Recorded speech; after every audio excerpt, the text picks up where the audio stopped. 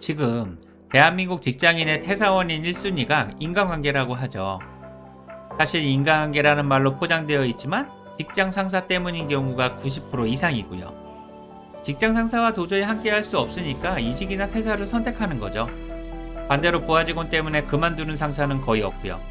저는 상사와 부하 직원의 관계야말로 갑을 관계의 끝판왕이라고 생각합니다. 서로에게 피해를 주는 관계보다는 일방적인 관계가 훨씬 많고요. 원래 회사에서 상사는 절대 갑의 위치잖아요. 그래서 회사 근처에는 상사에게 갑질을 당한 부하 직원들을 많이 볼 수가 있고요. 퇴근 후 소주 한 잔을 하고 있는 부하 직원들의 90%가 그렇고요.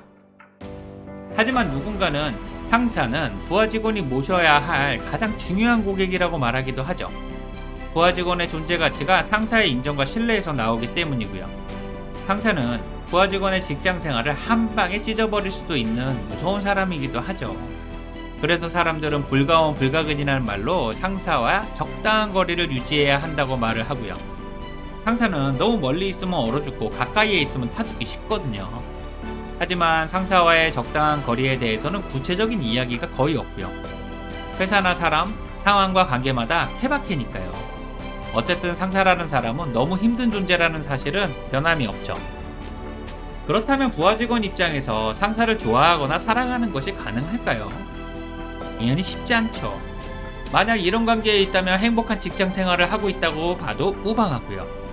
그리고 대부분의 부하 직원들은 상사와의 관계가 좋지 않기 때문에 업무에 대한 목적이나 방향, 핵심 포인트를 미리 협의하거나 공유하지 않죠. 업무가 주어지면 이해가 안 되거나 애매한 부분이 있어도 대충 이해하는 척을 하고요. 솔직히 짜증나는 상사와 말도 섞기 싫죠. 당연히 중간 보고는 하지도 않고 해야 할 필요성조차 느끼지 못하고요. 어차피 시간이 지나서 상사가 진행 상태를 확인하게 되면 그때부터 고통의 시간이 시작되죠. 일단 부하 직원이 업무 때문에 상사에게 끌려갔다고 가정해보죠. 만약 업무 목적과 방향이 틀린 경우라면 상사는 아니 왜 미리 물어보거나 확인하지 않고 너 맘대로 진행했지?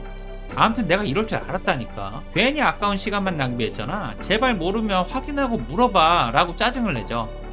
그러면 부하 직원들은 속으로 물어보면 짜증만 내고 정확한 대답은 안 해주면서 뭘 물어봐. 그리고 시간이 많을 때는 아무 말도 안 하다가 왜 이제 와서 급하다고 뭐라고 하냐? 또 이렇게 될 줄 알았으면 상사로서 미리 말을 해주던가 아니면 평소에 업무를 챙기던가 라고 생각을 하죠. 슬프게도 이런 상황들이 계속 반복되면 인정과 신뢰라는 말은 저세상의 단어가 되고요. 동시에 상사와 부하 직원 모두 문제가 되면서 오해와 불신이 깊어지죠. 게다가 이런 모습들은 대부분 좋은 방향으로 해결되지 않죠. 성과가 없는 것은 당연하고 부하 직원은 부서 이동이나 퇴사 등으로 관계가 정리되고요. 보통은 상사보다 부하 직원의 피해가 더 크죠. 그래서 부하 직원은 상사와의 원만한 관계 유지가 직장 생활에서 가장 중요하죠.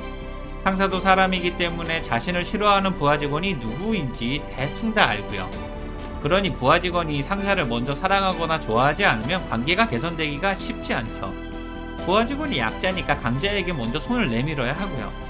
하지만 자존심 때문에 정말 하기가 싫죠. 그래서 상사와의 관계가 나쁜 부하 직원들이 이렇게 많고 그들의 관계는 계속 악순환되는 거고요.